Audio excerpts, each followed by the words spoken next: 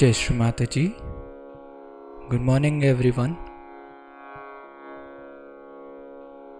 Welcome to the Sri Krishna Puja Southeast Asia Puja Festival Day 2.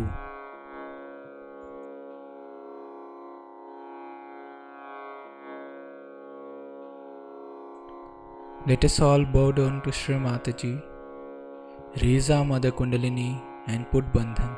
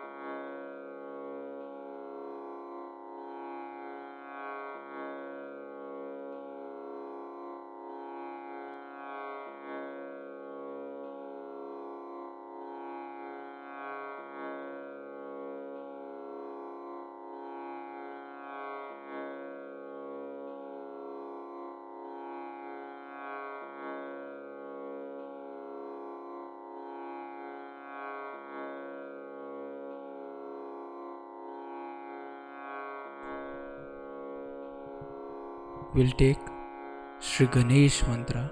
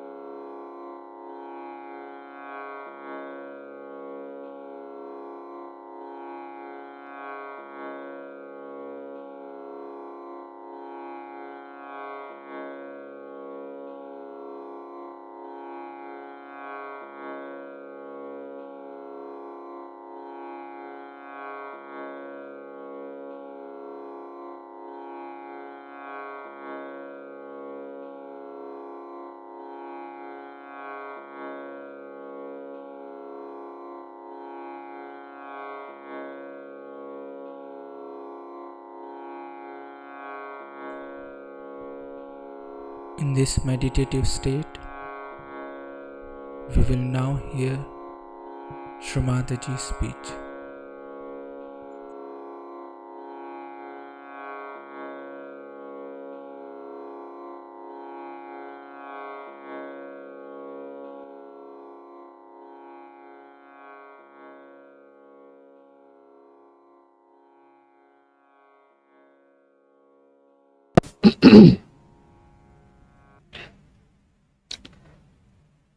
Today we are going to worship Sri Krishna.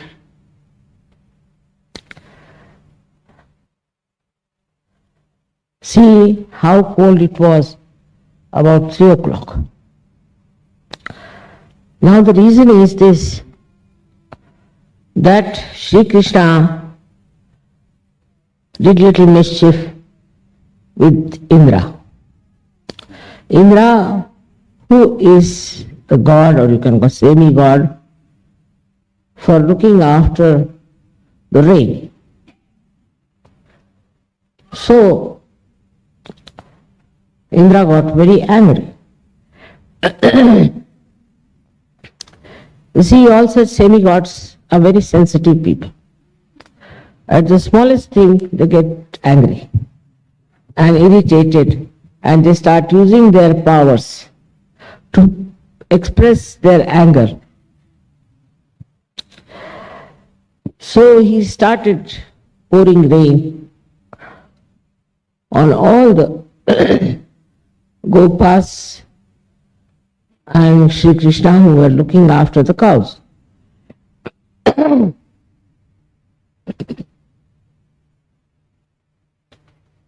And the rain was so heavy that they thought that the whole land will be completely submerged.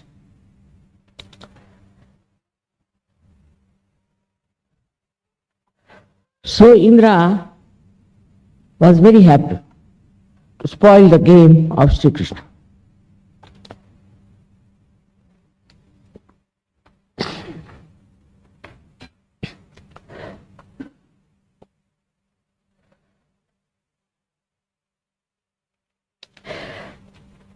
And he thought he was very successful.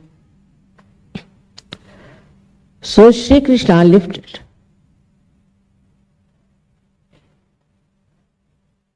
a mountain on his finger. And all these people who were getting drowned went under that mountain.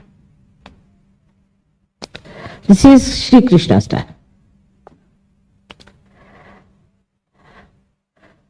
My style is different. I told Indra that you can't misbehave with me. You can't. So far I have not harmed you in any way. And I have not irritated you. Of course it's going to be Sri Krishna's puja. But that doesn't mean that you should try to show off your powers before me. Sometimes I wonder these devas, semi-gods, they are realized souls or not? Because why do they get angry like this for small things? Whatever it is, he could be reconciled. And now it's become warm, I must say.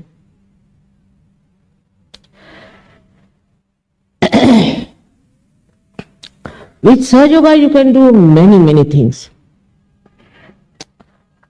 But you must know what you can do. For that, Krishna is a very good example.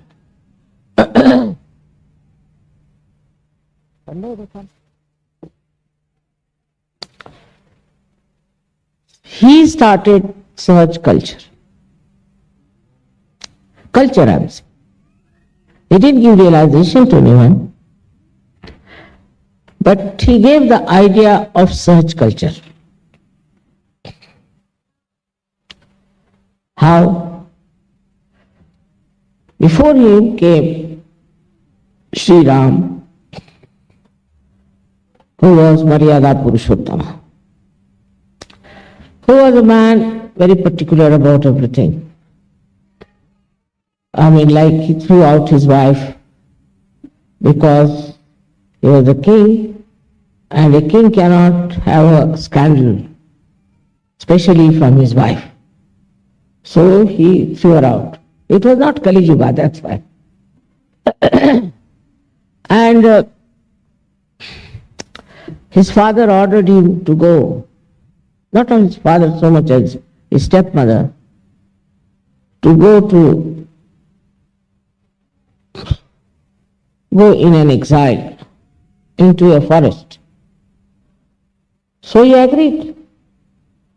After all, he was Maryada Purushottama. So whatever his father said, he acted.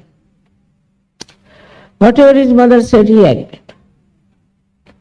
I went into the forest, stayed there 14 years. This is the obedience to the father. There was no need. His father was not God. He was God. But in those days, it was important to make people not only respect the parents, but also to obey them. That was the time.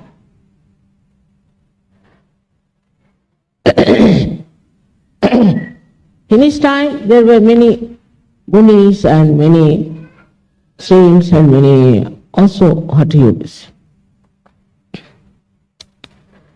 And these, even before him, used to make people practice very strict type of discipline. And if they did not practice the discipline, they had to do a lot of penance. And so many people who tried also never reached the goal. Because of the strictness and complete discipline about following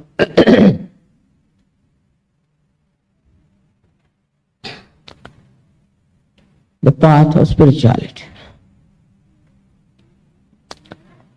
Recently I was reading a book called Peaceful Warrior. There they have described an American seeking the truth, and the guru of that fellow really takes him to such a horrible, severe task that my granddaughter said, "I'm very angry with such a guru." And she couldn't bear it. So ultimately he finds that he is the existence. So that was the practice followed after Sri Rama. People would leave their wives, children, go to Himalayas and sit there and practice meditation. It was a very rigorously followed, we should say, a very moral society. So very moral. But it was out of fear. The whole morality came through fear, which is also repeated in other religions. Now I would say that Islam today has taken that form. Is the fear. They are not doing it out of freedom. Also Christians, same things. And Hindus, I don't know, halfway this side and halfway that side.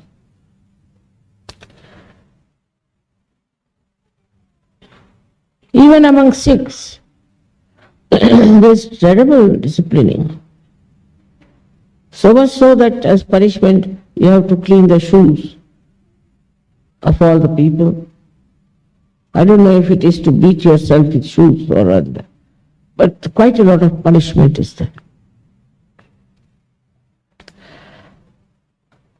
Then came Sri Krishna and he saw the situation that the way people are really now fasting, if you really go through the rituals of Hindu religion, out of 1 week, you will be fasting for 6 days at least.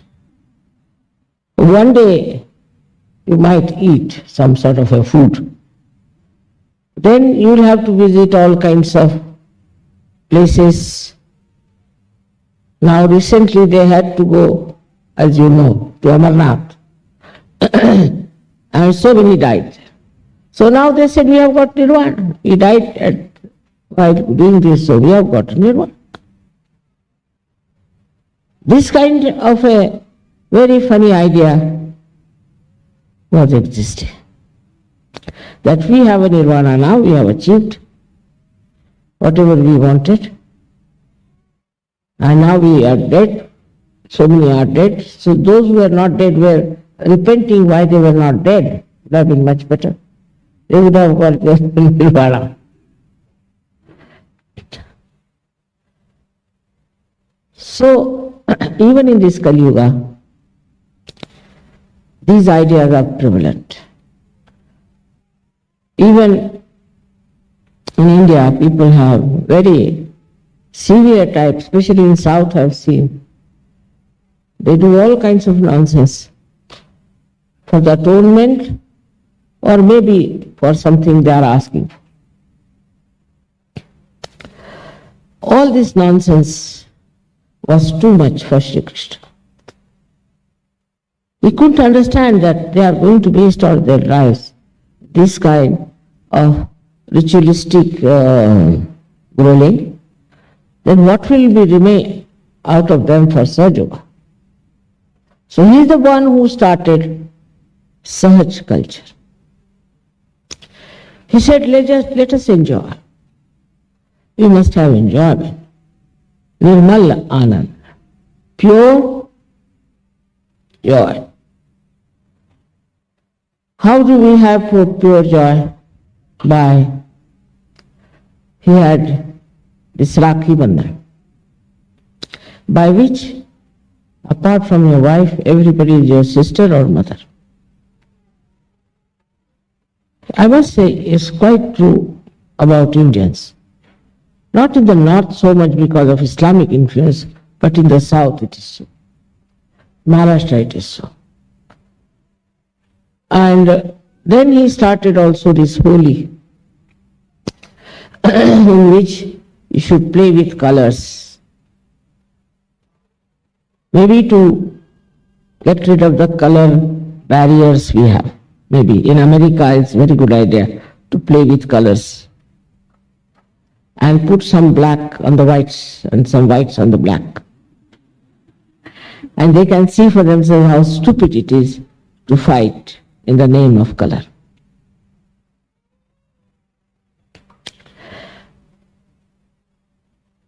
He used to play with children who were looking after cows, just like very ordinary person. He never tried to show off his powers, never tried to stand out, never would dress up in a very special way, never. Just like an ordinary cowherd. And his relationship with his mother, Yashoda, she was not his mother, was also extremely beautiful.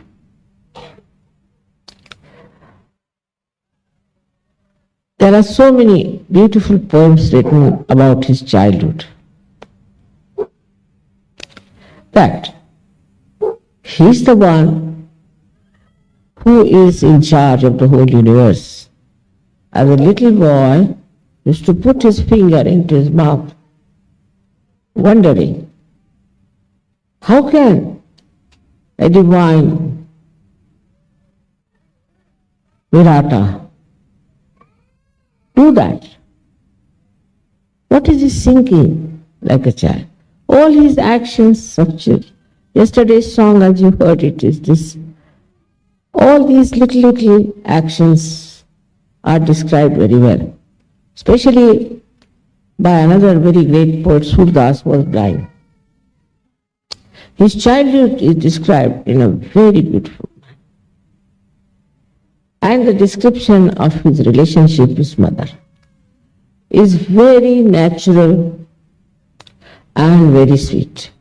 It was not like this in modern times. A carpet is spoiled. Oh, you carpet was spoiled. I'll hit you hard, this carpet was spoiled. They have more interest in their things than in their own stuff.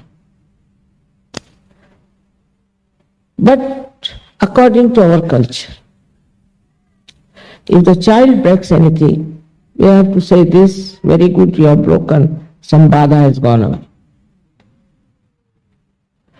Never to scold a child for doing anything which you think is destructive, because then he'll definitely become destructive. So to understand a child, I think you must read those poems, beautiful poems which are written about Sri Krishna. I don't know how their imagination reached that beautiful height of pure joy. So towards our children also, we have to be extremely sweet and nice and forgiving. But some children, of course, I admit, are difficult. But they also can be corrected if you really apply Sri Krishna's methods to it. Now when he went to college, or we can say into the school of Sandipani Muni, the Guru's wife was very kind, but the Guru was strict. And his wife used to look after him, and when she gave him something for food, when they would go and bring some woods from the forest, it's very subtle, the whole thing is. He went there and his friend was carrying the food. His friend was carrying the food and Sri Krishna was busy cutting the wood. Imagine, Sri Krishna was cutting the wood for the mother.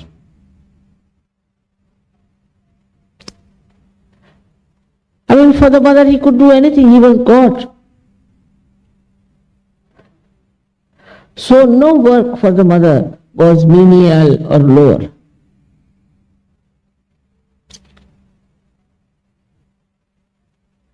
But the other fellow, the friend of his, he was very hungry.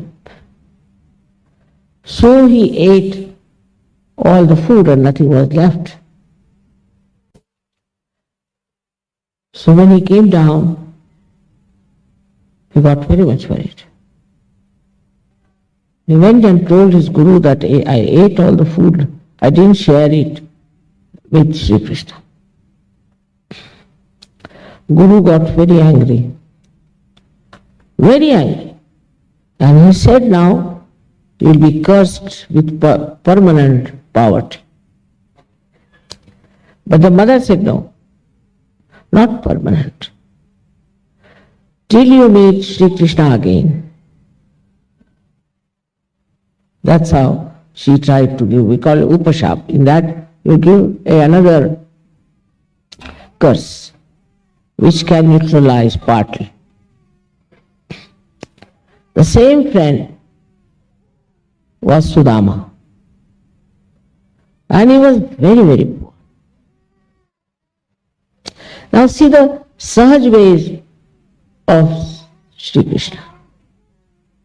He always used to remember Sudama, and he told his wife that I don't know, he's cursed. I don't know what must be his condition, where he must be. Now the friendship, he was a king. Such intimacy of feeling with a friend. He says, I used to go with him to collect the woods. I mean, imagine all these little things had such a big importance for him. So he was not only worried about the whole world as he should have been, but also about Sudama. When will I meet him? When will I see him again? Where must be his house? How he must be living? All these very delicate feelings he had for his friend. It's just like a surgery. In the surgery style, we worried about the whole body. And also individually we are worried. We come to know about one person who has fallen sick, who has a problem, something is serious. All the Sahajogis think of him and are worried about him. They may have everything, but still they are worried what is happening to such and such person. How many of us know each other's names? I mean, we know everybody's name, practically. And how we care for them, how we respect them, how we love them, and how we have pure relationships. Today is also the day of Raksha Bandhan, which is a very great thing that we should have pure relationships.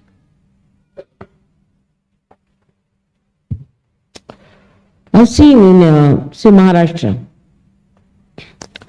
men won't go and talk to women much, and women won't go and talk to men. And once somebody remarked, then what are you women doing, talking to women only? So I said, what are we to talk to you? You are talking about your office, we are talking about our houses and homes. What is there to talk to you? The Western culture is different. They will force you. They'll make one man sit here and next to him should be a woman, somebody else's wife, then another man, then somebody else's wife. Well, how can you have intimacy?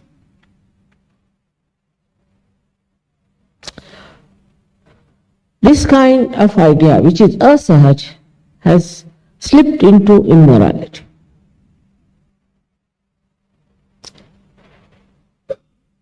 There is no need for men and women to sit like that. What is the need? I just don't understand. Compulsorily you have to sit. I had a bad time, I tell you, with my husband's job. I never liked it. What is there to talk to these men after all? I don't know anything about banking. I don't know shares. I don't know stock exchange, what it is. I don't know profits and this and that. That part is zero. Then I don't know about office. I don't know many other things men talk about. So what is there to talk to them? So very difficult. And whenever I said something, I really dropped a brick.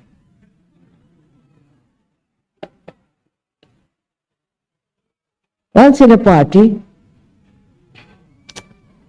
they were offering drinks to everyone, and then so I said, I'll have some soft drink. So the valet came and gave me a soft drink. The valet was having a bow, white shirt, that's all. Absolutely asahaj methods. Black bow, white shirt, black coat, black pant. All just the same, whether it's an ambassador or a valet. You can't make it out who's who. So I drank, and when it was finished, I gave it to an ambassador, a very well-known ambassador.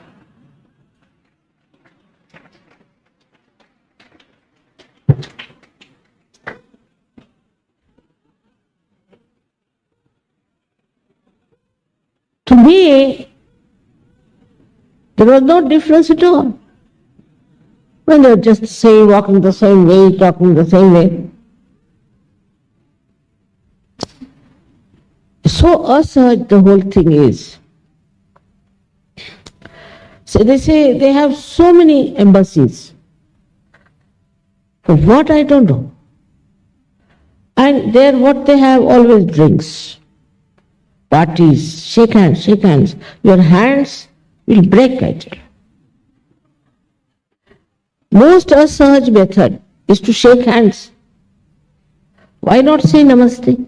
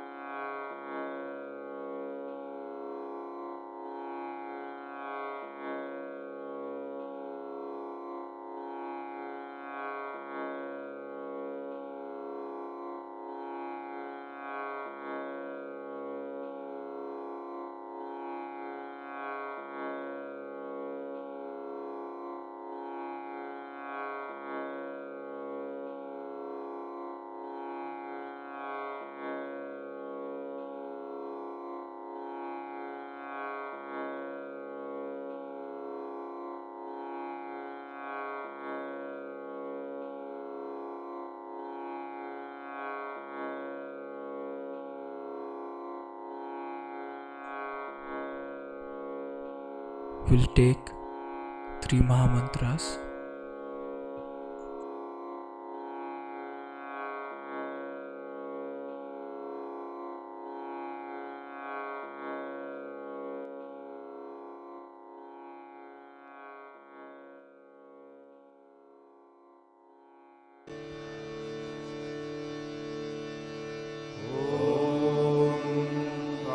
त्वमेव साक्षात् श्री महालक्ष्मी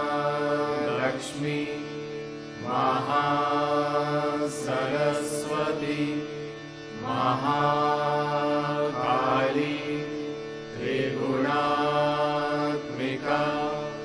कुण्डलिनी साक्षात् श्री आदिशक्ति माताजी श्री निर्मला देव्यै नमो नमः। ॐ त्वमेव साक्षात् श्री कल्की साक्षात् श्री आदिशक्ति माताजी श्री निर्मला देव्यै नमो नमः।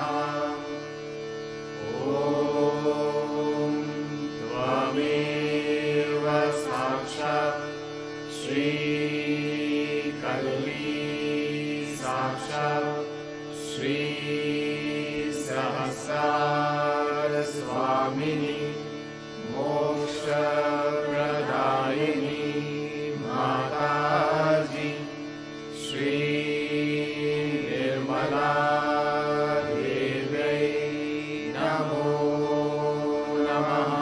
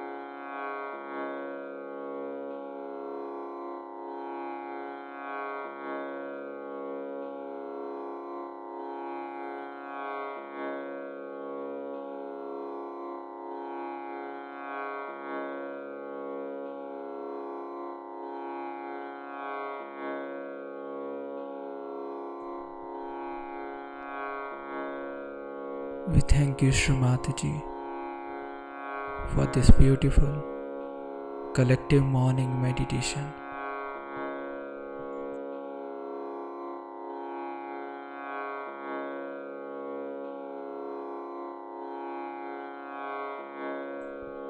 Let us all bow down to Shri Mataji, raise our Mother Kundalini and put Bandhan.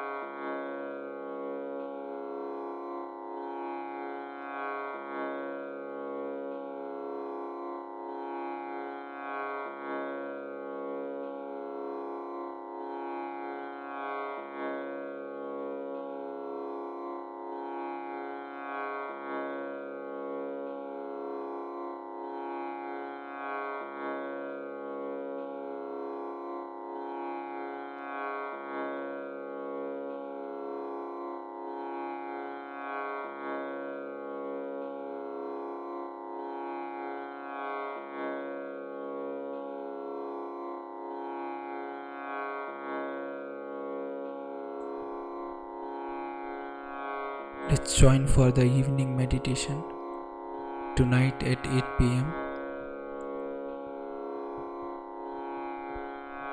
We'll join for morning meditation tomorrow at 6 am. Jai Shri Mataji.